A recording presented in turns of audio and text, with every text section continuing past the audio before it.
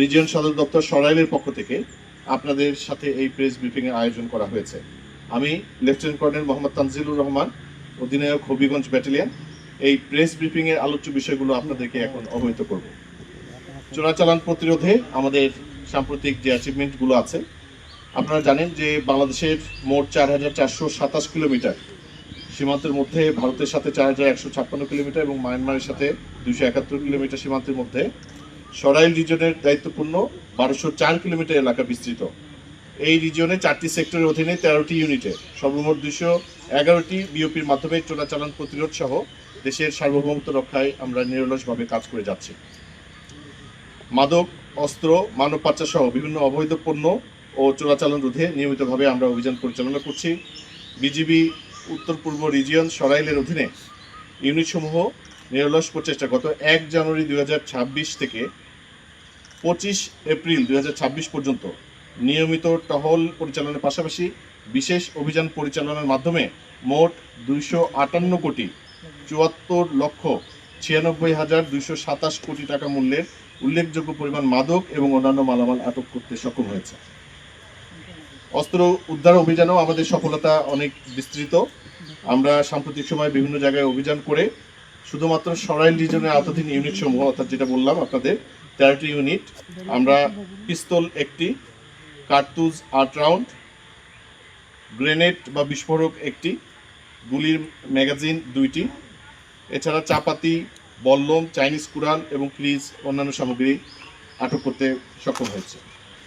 অবৈধ পাথর এবং বালি উত্তোলন প্রতিরোধে তথা প্রাকৃতিক ভারসাম্য রক্ষার জন্য আমরা বিভিন্ন জায়গায় অভিযান পরিচালনা করছি সীমান্তবর্তী এলাকায়। আপনারা জানেন, পাথর এবং বালু উত্তোলনের ঘটনা সিলেট এলাকায়, বিশেষ করে কালা সাদেক, গুচ্ছগ্রাম, ধলাই ব্রিজ এলাকা, পিয়াইন নদী, বাল্লাঘাট, জাফলং ব্রিজ ইত্যাদি এলাকায় বেশি হয়ে থাকে।